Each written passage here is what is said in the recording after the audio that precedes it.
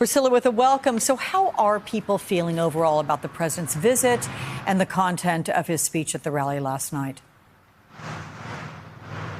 Good afternoon, Alex. Well, while folks may have hoped that the president would have said some of those things, they didn't seem to have much faith that he actually would. I've spoken to half a dozen people out here this morning, and none of them actually tuned in to listen to his message. But I did meet one man who did, Tyrant's here. And tell me a little bit about, you listened to the rally last night. What did you think of the president's message?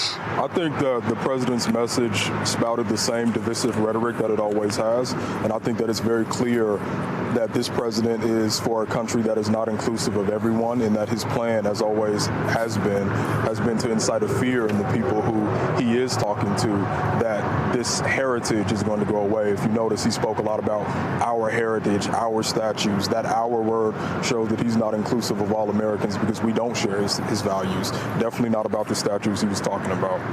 And there was some controversy early on with him coming here. It was originally scheduled for Juneteenth. But last night after his rally, a huge crowd of folks came down here to Greenwood. You were here. Tell me a little bit about what that was like. That was once in a lifetime kind of energy.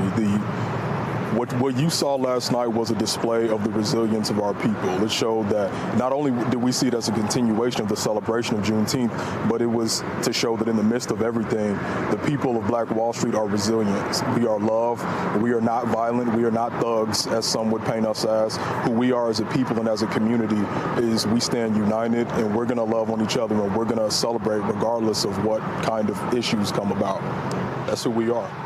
Hey there, I'm Chris Hayes from MSNBC. Thanks for watching MSNBC on YouTube. If you want to keep up to date with the videos we're putting out, you can click subscribe just below me or click over on this list to see lots of other great videos.